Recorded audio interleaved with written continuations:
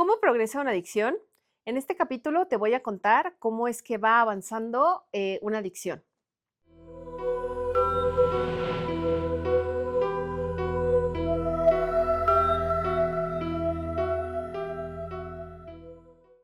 Soy Valeria Armare de Corazón de Amatista y en el capítulo anterior te conté cómo es que inicia una adicción. En este capítulo te voy a ir contando un poco de mi historia, de cómo es que fui yo avanzando y algunos de los factores comunes a todas las personas que entran en el mundo del uso y abuso de sustancias. Como te contaba en el capítulo anterior, yo pruebo la marihuana a los 16 años más o menos y obviamente inmediatamente me da una gran sensación de alivio, ¿no? Encuentro pertenencia, encuentro que la ansiedad disminuye, encuentro que además no solo eso, sino que me la paso bien, que hay un gozo y un disfrute que normalmente no había. También yo siempre fui una niña muy sensible y obviamente con todos los eventos que les conté en el capítulo anterior, pues esto se va acrecentando. Sí creo que yo como por naturaleza tengo, bueno, yo entraría como en esta categoría de las personas altamente sensibles. Entonces siempre tuve como una manera de percibir el mundo un poco diferente.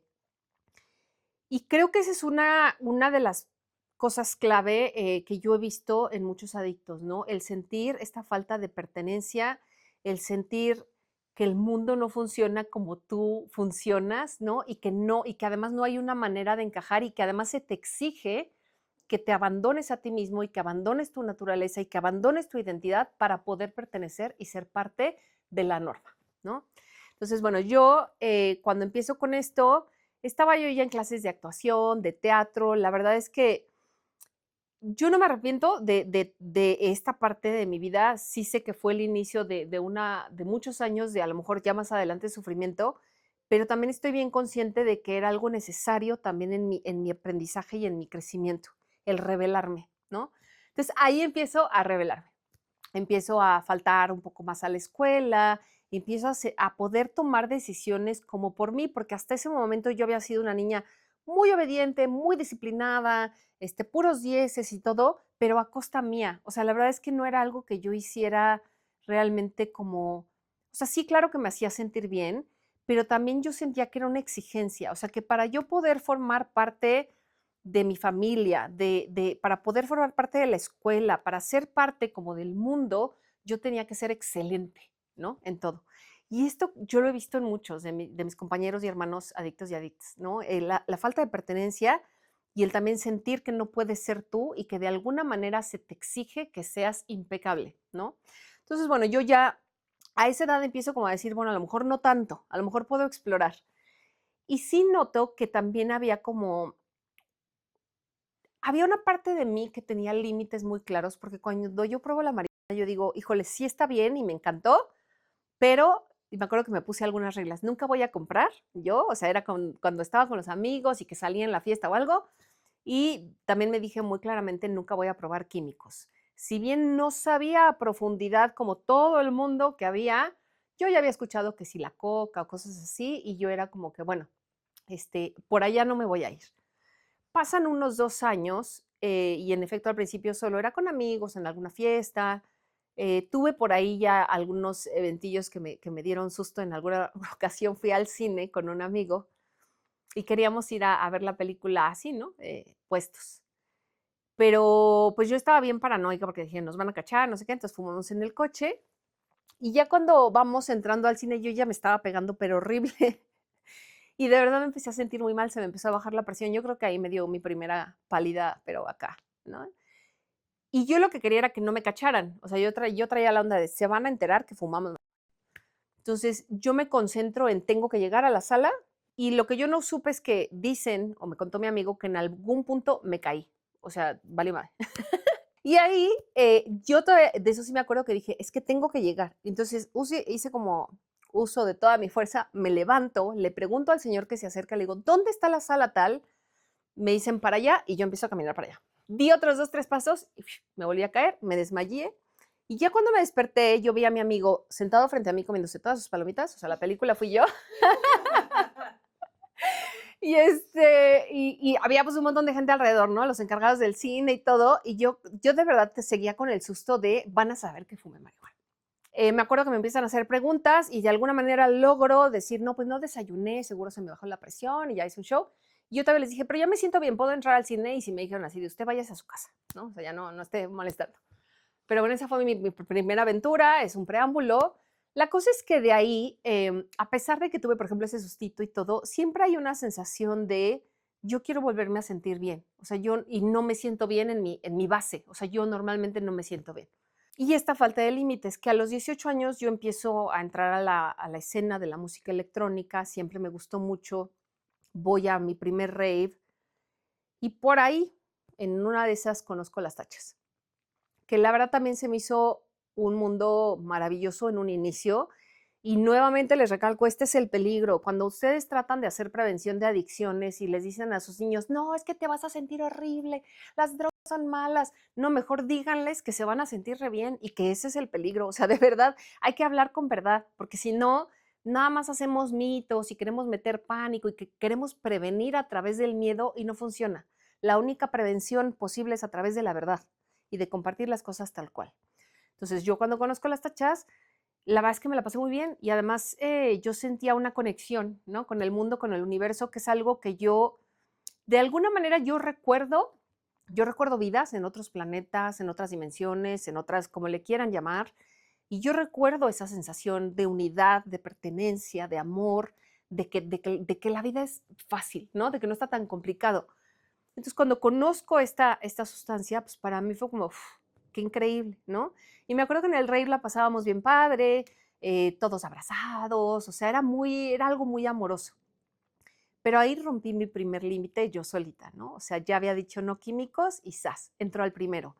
Y de ahí es bien fácil irte siguiendo, porque al principio siempre la idea que tú vas a tener es no pasó nada, ¿no? Y eso le pasa a muchos. O sea, si bien hoy en día y en especial en países como Estados Unidos o en otros países donde cortan ya incluso estas sustancias que podrían ser un poco más inocuas o al menos si es una toma, pues ya ahorita hay gente que no está teniendo chance ni de su primera vez, o sea, ni de experimentar, y ese es el peligro que estamos enfrentando hoy en día. Antes uno podía como que jugar un poco, entrabas, y muchos de mis amigos de esa época que las consumieron conmigo, pues no desarrollaron una adicción, ¿no? O sea, no tuvieron que pasar por todo lo que yo pasé, algunos sí.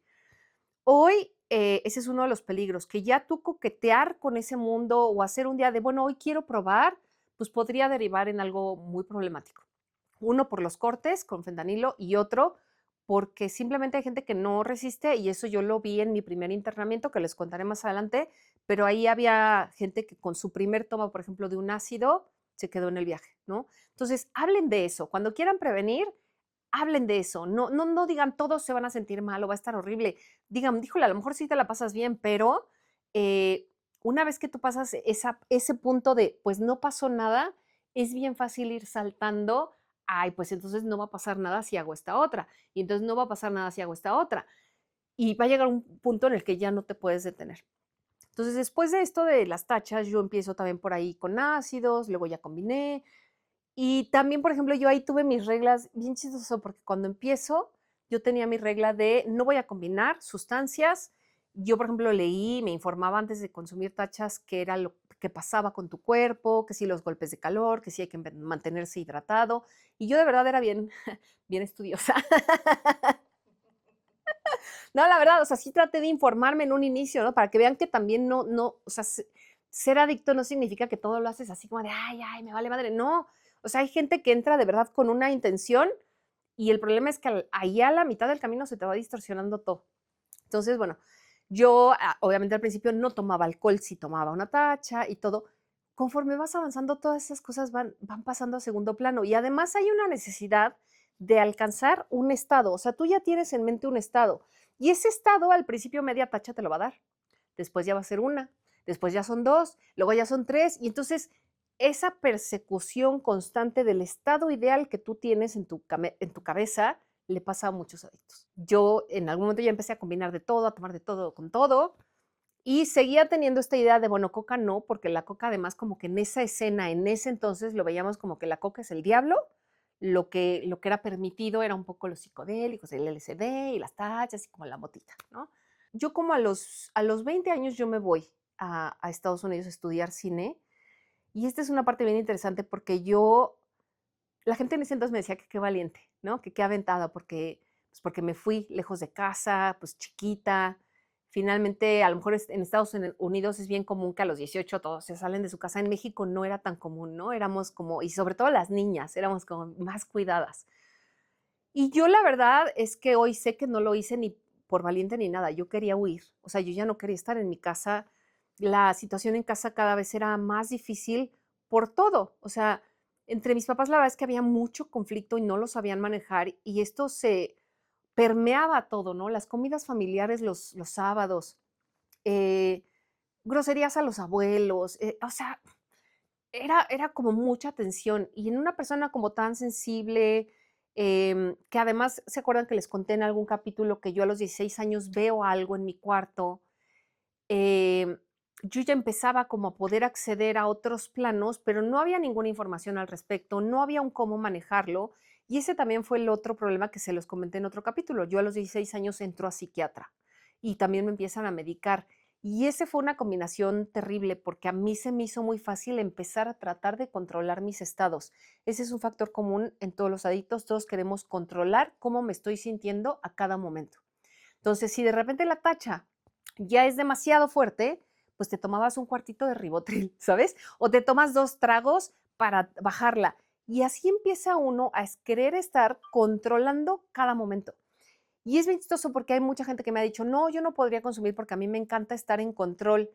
La adicción es una forma de control. O sea, la adicción, ningún adicto, créanme que entramos así de porque, ay, me encanta la locura y perder el control. No, es una forma de controlar tus estados emocionales y mentales.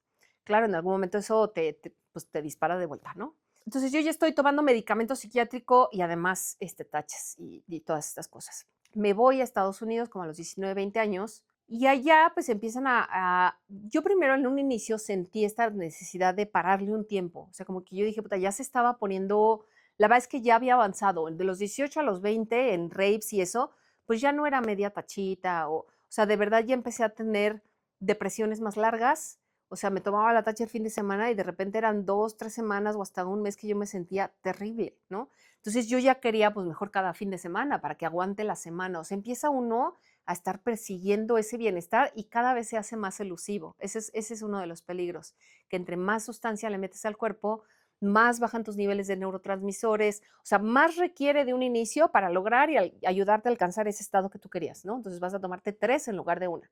Y luego cuando por fin bajas y aterrizas, pues el bajón te dura ya semanas, o sea, ya no es una recuperación de 2 días, estoy medio cruda, ya son depresiones. Entonces me acuerdo que yo ya estaba batallando y cuando llego a Estados Unidos yo digo, híjole, yo creo que va a ser buen momento para pararle tantito. Y lo logro, o sea, los 6 primeros meses entre que te estás adaptando, entre que te estás conociendo gente y todo, bien.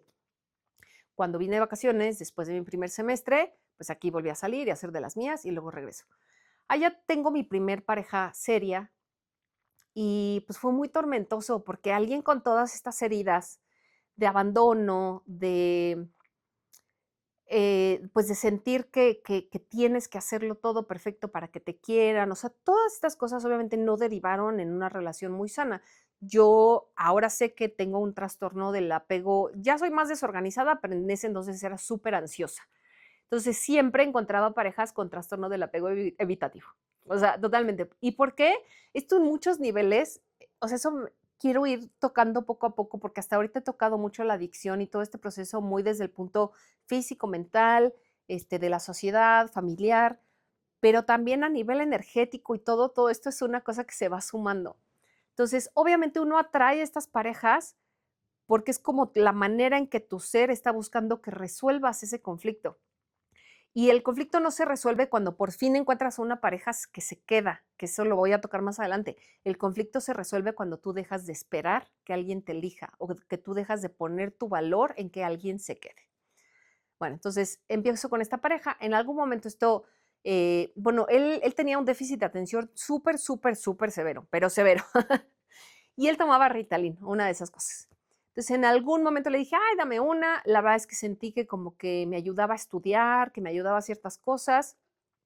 Empecé a tomar bastante con él, de repente íbamos de viaje y así, y yo ya traía más la onda del alcohol, pero en general sustancias me había logrado mantener un poco alejada. Ya el siguiente año, después esa relación termina y el siguiente año yo empiezo con mi segunda pareja seria y estamos viviendo juntos. Es bien chistoso porque el día que lo conocí, ese día consumimos.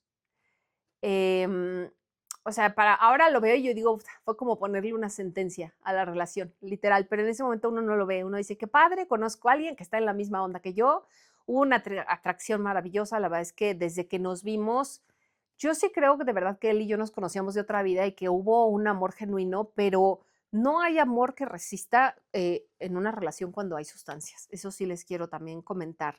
Es bien difícil tener una relación estable o querer tener, vaya, incluso relaciones de amistades, es bien difícil si uno está consumiendo. O sea, a mí para ese punto, ya muchos de mis amigos que habían consumido en todos los raves y en todas las fiestas y todo, ya en ese punto empezaban como a verme así como rarito, ¿no? Porque ya eres la que no sabe parar, la que siempre sigue en el mal viaje, ¿no? Entonces ya empieza a haber como un problema incluso con aquellos que tú consideras tus pares. Entonces cuando yo lo conozco, consumimos esa noche y ya bueno, de ahí en adelante para nosotros fue muy fácil empezar a circular alrededor de eso. Y en algún punto en una reunión se me presenta la cocaína. Me acuerdo que yo tenía mucho miedo, finalmente lo hago, me pongo hasta el gorro y también sacan pastillas como para bajarme y empiezo a ver varias cosas. Una, que me quitaba el hambre, que yo a esa edad ya tenía conflictos con mi cuerpo severos y no sé ni por qué, porque de verdad que, porque de verdad que ni siquiera estaba, o sea, con sobrepeso. Y ahí era mucho. Mi mami fue una persona con problemas de autoimagen, también la época, digo, los 80s, los 90s, de verdad creo que a todas se nos exigía un estándar de peso, de todo completamente irracional. Entonces, aun si bien yo no tenía sobrepeso y aunque lo hubiera tenido, más bien era esta sensación interna de también de poder seguir controlando cosas. Entonces yo ahora podía controlar mi apetito, también mi bienestar. Entonces empiezo, me acuerdo que mi plan, que fue un plan muy brillante, ¿eh? Eh, mi plan era, voy a tomar poquititos a lo largo del día para que no me dé tanta hambre, para tener energía, para poder estudiar y concentrarme y ya, nada más, ¿no? Y pues no, no resulta. O sea, ya esos poquitos al rato se vuelven una necesidad diaria y constante. Y en algún punto yo ya empiezo a tener curiosidad por la heroína. Él ya la había conocido, sí me dijo algo así como es que por ahí no te metas, pero yo ya tenía, digo, mi necesidad de verdad de desconectarme de esta realidad que se me estaba haciendo tan difícil de vivir, de la depresión constante, de la ansiedad, de los terrores nocturnos, del insomnio, de todo, ya no me estaba haciendo suficiente lo que yo conocía. Entonces consumimos una primera vez, lo hicimos inhalado y para mí, me acuerdo que se lo dije, se me hizo como un Valium, le dije, esto no tiene chiste, esto es como tomar un Valium y yo le dije, yo quiero usarlo vía intravenosa. Entonces, si se fijan, hay una falta de límites tremenda y no son los límites de papás, es una sensación interna, es una sensación de ya no me siento bien con lo que conozco hasta ahorita, pues tengo que buscar otra manera. Entonces, no tiene tanto que ver con si mis papás me pusieron o no me pusieron límites, porque dentro de todo y a pesar de la disfunción familiar, creo que mis papás, o sea, digo, mi mamá está al contrario, ¿no? Mi mamá era de las que te daba miedo, o sea, si tú hacías algo, nada más te volteaba a ver y con eso te controlabas. Entonces, para que vean que no todo es blanco o negro, ¿no? O sea, realmente como niña, yo fui una niña bien portada. Ya cuando empiezo a encontrar estas maneras, pues más bien es como la necesidad de tengo que sentirme bien y cada vez mejor, y es a través de una manera artificial. Entonces, esa primera vez que consumimos ya vía intravenosa fue muy chistoso porque normalmente yo he visto gente que, pues que las ayudan y todo. Yo lo hice sola, o sea, él me ayudó un poquito ahí con el procedimiento, pero realmente fue algo que se me hizo muy fácil y ese es un peligro, que no haya esta sensación de, a ver, no te metas aquí, ¿no? Entonces, bueno, ahí obviamente fueron 8 meses en que tratamos de regularlo y decíamos, no lo podemos hacer seguido porque sí teníamos, sobre todo él sabía que esto desarrollaba una adicción a nivel físico tremendo y no quería él como que pasáramos por eso. Sin embargo, aunque lo hagas espaciado, que sí lo hacíamos cada 15 días o a veces una vez a la semana, ya la adicción a nivel mental, o sea, si bien a nivel físico todavía la puedes aguantar, a nivel mental ya está instaladísimo. Entonces, para mí, yo casi empecé a vivir para esperar llegar a ese fin de semana en que ya teníamos planeado hacer eso. pues seguimos así un poco y en algún momento pues la relación empieza a fallar. Y obviamente esto se vuelve insostenible, él con su evitativo, yo con mi apego ansioso y además con sustancias en la casa, la verdad es que era como tener una guerra, ¿no? En casa. Y en algún momento decidimos terminar y yo tengo mi primer intento de suicidio. Honestamente, no fue un primer intento de suicidio genuino, yo no me quería morir, yo quería llamar la atención de esa persona, ¿no? O sea, yo quería que no me dejara. Y ahí veo nuevamente cómo vamos repitiendo patrones, ¿no? O sea, finalmente mi mami también en su momento hizo eso y si bien no tengo yo la claridad de que lo haya hecho porque se haya quedado mi papá, sí veo que había este miedo al abandono. Y es lo mismo que yo empiezo a sentir cuando él se tiene que alejar de la relación, ¿no? Yo empiezo a sentir el terror y la verdad es que no me quería morir, pero dije, pues a ver si hago esto y regresa, ¿no? Y qué triste porque además de repente eso también se te va a salir de las manos. Entonces lo hago, en efecto acabo en un hospital psiquiátrico allá, mis papás obviamente se enteran y ahí ya se hizo todo un movimiento para que yo regresara a México y digamos que entrara en cintura, pero mis papás no sabían que yo estaba consumiendo todas estas cosas. Sabían que yo estaba padeciendo depresión, sabían que acá llegando a México yo iba a tener que seguirme atendiendo con un psiquiatra, pero finalmente yo todavía tenía oculta toda esta parte. Entonces, ahí los voy a dejar por hoy. Nos vemos en el siguiente capítulo. No se les olvide suscribirse, regálenme sus comentarios, alguna pregunta que tengan, todo con respeto, yo lo contesto. Y nos vemos en el próximo capítulo. Valeria Armari, de Corazón de Amatista.